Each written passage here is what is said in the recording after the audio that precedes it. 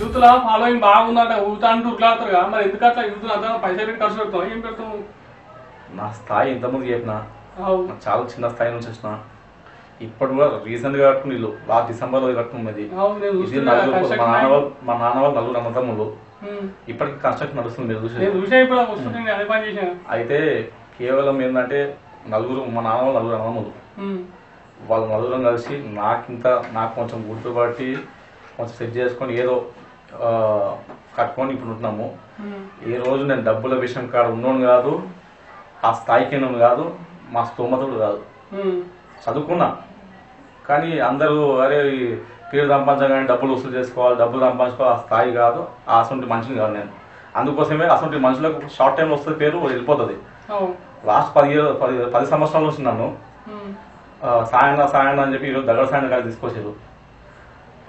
నేను మంచి చేస్తా కాబట్టి, మంచిగా ఉంటా కాబట్టి నన్ను అట్లా ఆదరిస్తారు.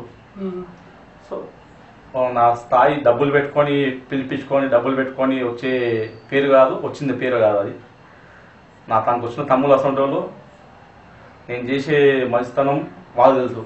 మంచి ఏం చేస్తావు నువ్వు? నార్మల్గా ఒక బ్రదర్ వస్తాడు, నేను నా బాల్యంలో ఇబ్బంది పడ్డా, నేను చదువుకునేటప్పుడు ఇబ్బంది పడ్డా. అరే కాలేజీ పోయేటప్పుడు నేను చెప్తున్నా కదా, నేను చదివే టైం ఇంటర్లో 600 రూపీస్ 400 రూపీస్ ఇంటర్. ఈరోజు కొన్ని వేలు. అంటే ఉన్నవానికి చదువు, లేనివానికి లేదు.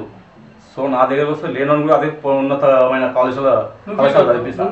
లేదు, అక్కడ ఉన్న నార్మల్గా కాలేజీలలో బీసీ రిజర్వేషన్స్ ఉంటాయి కొన్ని కాలేజీలలో. వాళ్ళకు ఉన్న పొజిషన్ తీసుకొని ముంగడి పెడతా. వాళ్ళకి రావాల్సినవి గవర్నమెంట్ ప్రతి కాలేజ్, ప్రైవేట్ కాలేజీలకి గవర్నమెంట్ కాలేజీలకి కొన్ని ఇట్లా అవి ఉంటాయి, సబ్సిడీస్ ఉంటాయి, క్యాస్ట్ వైజ్ రిజర్వేషన్స్ ఉంటాయి. వాళ్ళకి రాని కూడా కొంతమంది ప్రైవేట్ కాలేజ్ ఏమో అమ్ముకుంటారు, అవి వాళ్ళకి నేను దగ్గర నుండి ఇప్పిస్తాను.